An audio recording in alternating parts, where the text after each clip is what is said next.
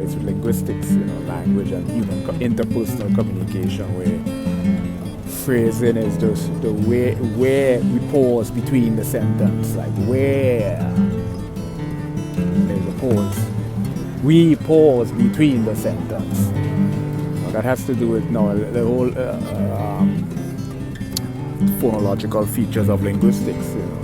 Two key areas in linguistics: phonetics and phonology. Study sound, different variations of sound. Right. Inevitable. It helps you embody music as a whole far more effectively. Here's one of the phenomena in music is octaves. Why we hear octave? It turns out that we hear logarithmically, meaning that the human ear interprets sounds in increments. So when you hear A chord, primarily it's 440 hertz.